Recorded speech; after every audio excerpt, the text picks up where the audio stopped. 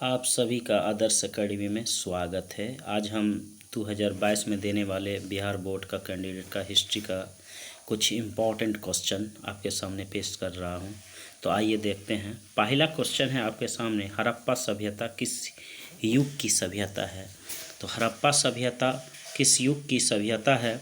ये आपको कांस्य युग की सभ्यता है। ये आपको कांस्य युग की सभ्यता है। चलिए आगे बढ़ते हैं। दूसरा नंबर, हड़प्पा किस नदी के किनारे स्थित है? दोस्तों, हड़प्पा किस नदी के किनारे स्थित है? तो ये आपको रावी नदी के किनारे स्थित है। ये आपको रावी नदी के किनारे स्थित है। ये आपको रावी नदी के किनारे स्थित है। तीसरा में, लोथल कहाँ है? तो ये तो शायद सबको पता है कि लोथल कहाँ है। ये आपको गुजरात में है। कहाँ है? ये गुजरात में है। चौथा, मोहनजोदड़ो का उत्खनन किया था आर.डी. बनर्जी। मोहनजोदड़ो का उत्खनन किया था आर.डी. बनर्जी। आर.डी. बनर्जी। तो आगे बढ़ते हैं। इंडिका के लेखक कौन है? तो इंडिका का लेखक दोस्तों मेगास्थनीज है। इंडिका का लेखक क्या है? मेगास्थनीज है। इंडिका का लेखक क्या है? मेगास्थनीज है। इंडिका का लेखक क्या है? मेगास्थनीज है। मेगास्थनीज है।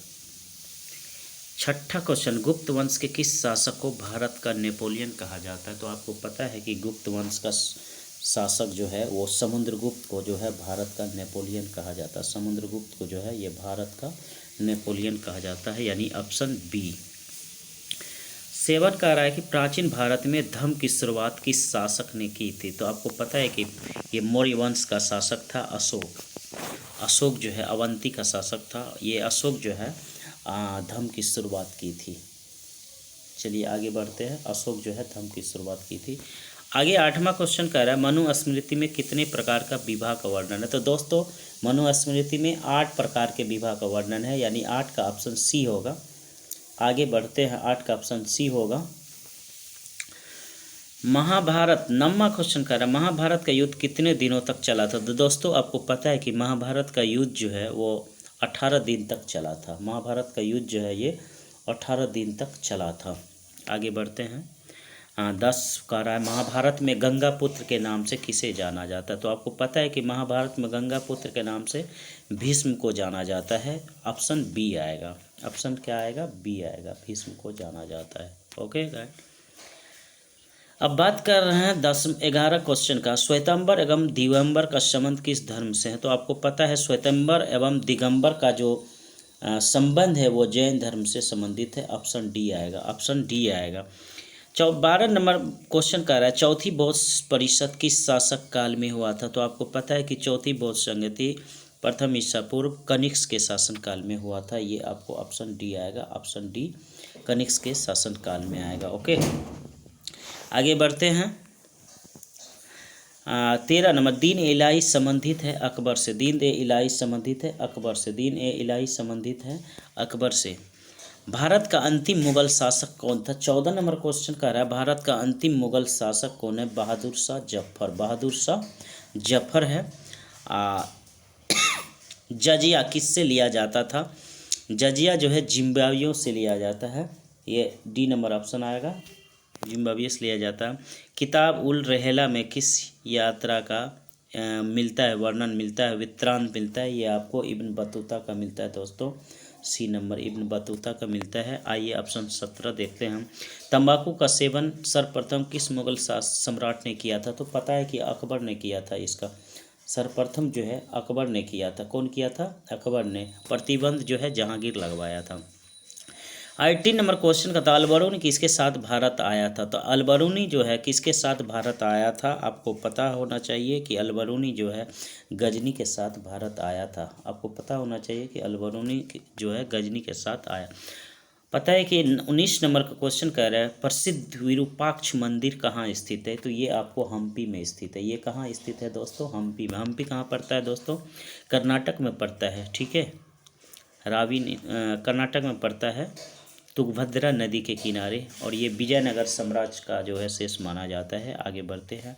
आयंगर व्यवस्था संबंधित है। आपको पता है कि आयंगर व्यवस्था जो है विजयनगर साम्राज्य से संबंधित है, यानी 20 का ऑप्शन बी है। 20 का ऑप्शन क्या है?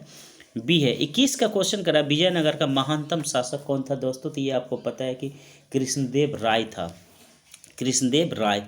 विजयनगर का महान शासक जो था वो कृष्णदेव राय था। विजयनगर का महान शासक क्या है ये दोस्तों? कृष्णदेव राय, यानी ऑप्शन बी है। विजयनगर का महान शासक जो है कृष्णदेव राय, ऑप्शन बी। कबीर शिष्य थे रावानंद का। दोस्तों कबीर शिष्य किसका था? रावानंद का। कबीर शिष्य था किसका? रावानंद का। कबीर शिष्य किसका था दोस्तों? रावानंद का, यानी option C, option C, option C यहाँ पे है, ऑप्शन सी, ऑप्शन सी। चलिए आगे बढ़ते हैं अब। 23 नंबर, उत्तर भारत में भक्ति आंदोलन का आरंभ किस संत ने किया था? तो आपको पता है कि उत्तर भारत में भक्ति आंदोलन का प्रारंभ जो है रामानंद ही किया था। रामानंद के द्वारा किया गया था, ऑप्शन ए। चलिए 24 नंबर में देखते हैं। सर्वप्रथम विजयनगर की यात्रा पर आने वाला विदेशी यात्री कौन था? वो निकोलो काउंटी था। निकोलो काउंटी था, option A. Nicoli Conti, option A था। 25 का था, बीजक में किसके उपदेश संग्रहित है? आपको पता है कि बीजक में जो है आपको कबीर का जो है उपदेश संग्रहित है। तो बीजक में जो है कबीर का ये है, कबीर, यानी कि बी, ऑप्शन ए है, ए। बीजक में किसका है? तो ए है। तो अब बताना है आपको 26 का, निजामुद्दीन औलिया किस सूफी सिलसिले से संबंधित है? तो आपको ये पता है कि निजामुद्दीन औलिया जो है, निजामुद्दीन औलिया जो है ये चिश्ती से है, संबंधित है, चिश्ती, यानी ऑप्शन ए, ऑप्शन ए।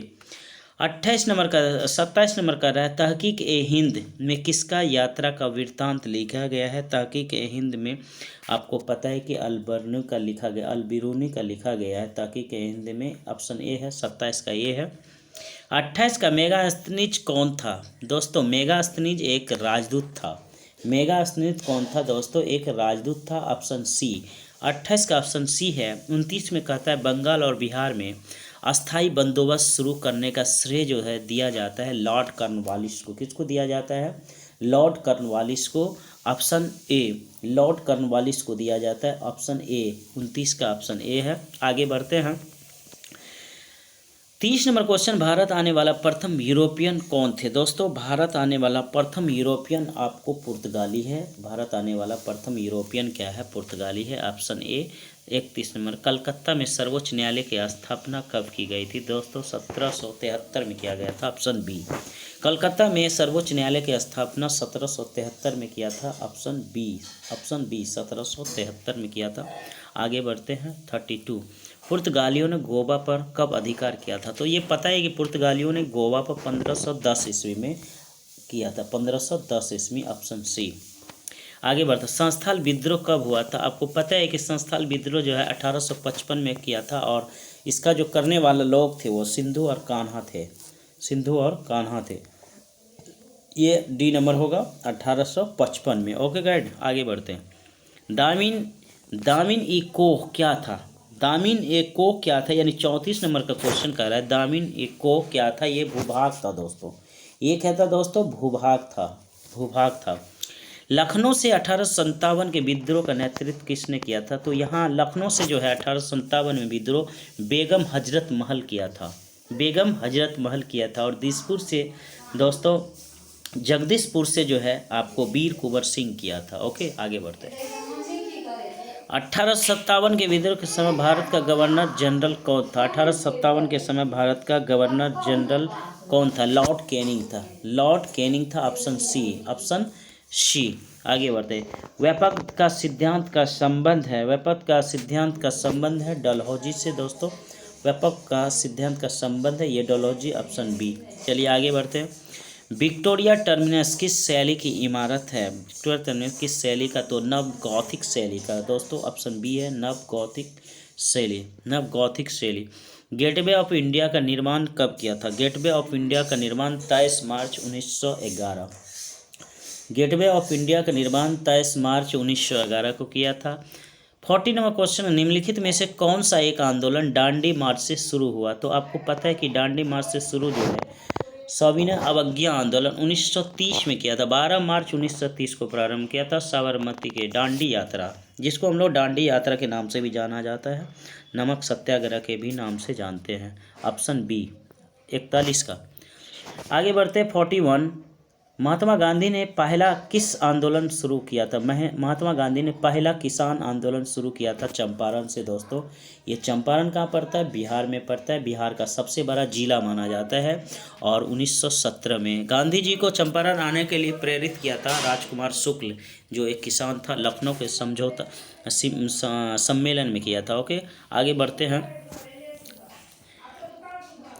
आगे करते हैं 42 नंबर। असहयोग आंदोलन कब प्रारंभ? 1920 में। असहयोग आंदोलन 1920 में प्रारंभ किया था, option B. Simon commission Bharat आया था 1928 में दोस्तों। साइमन कमीशन भारत आया था 1928 में, ऑप्शन बी। 44 का 1919 के अधिनियम को कहा जाता है रॉलेट एक्ट। 1919 के अधिनियम को कहा जाता है Rowlatt Act, option A. 45 Jallianwala Bagh हत्याकांड कब हुआ था? तो आपको पता है जालियांवाला बाग हत्याकांड 13 अप्रैल 1919 को प्रारंभ किया था। 46 नंबर। बंगाल के विभाजन की घोषणा कब हुई थी? तो दोस्तों बंगाल के विभाजन की घोषणा 1905 में हुआ था और रद्द जो है 1911 में हुआ था। 47 पाकिस्तान शब्द किसने दिया? लियाकत अली। पाकिस्तान शब्द किसने दिया दोस्तों? पाकिस्तान शब्द आपको चौधरी रहमत अली ने दिया। चौधरी रहमत अली। पाकिस्तान शब्द चौधरी रहमत अली ने दिया, ऑप्शन सी। आगे बढ़ते हैं। भारतीय राष्ट्रीय कांग्रेस की पहली महिला अध्यक्ष कौन थी? भारतीय राष्ट्रीय कांग्रेस की पहली महिला अध्यक्ष एनी बेसेंट थी, यानी option A. Option A.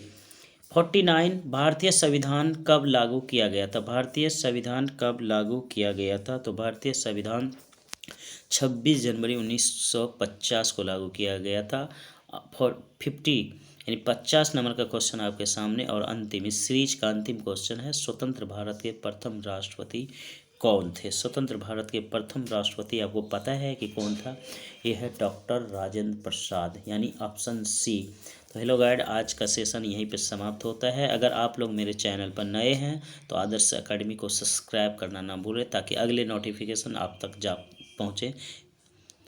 Video देखने के लिए थैंक यू। जय हिंद, जय भारत।